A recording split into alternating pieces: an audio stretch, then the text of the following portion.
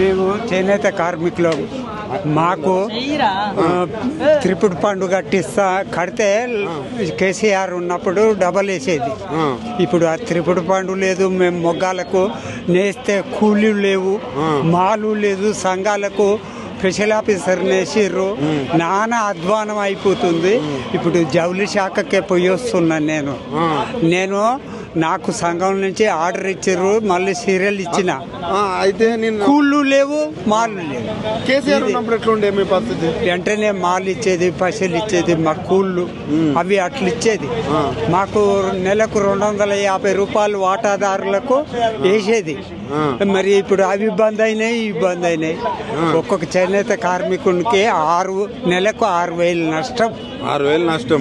అంటే ఇప్పుడు మీరు ఎక్కడి నుంచి వచ్చినావు? నేను గట్టుపల మండలం, గట్టుపల నుంచి వచ్చినాము. ఇప్పుడు మీరు చౌటుపల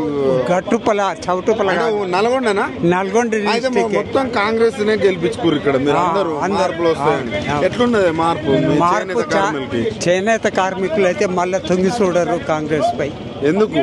ఇదేనండి, నేను ఇప్పుడు సీరియల్ ఇచ్చిన, నాకు పైసలు ఇవ్వలేదు. ఏడు ఆఫీసు పోయి వస్తున్నా.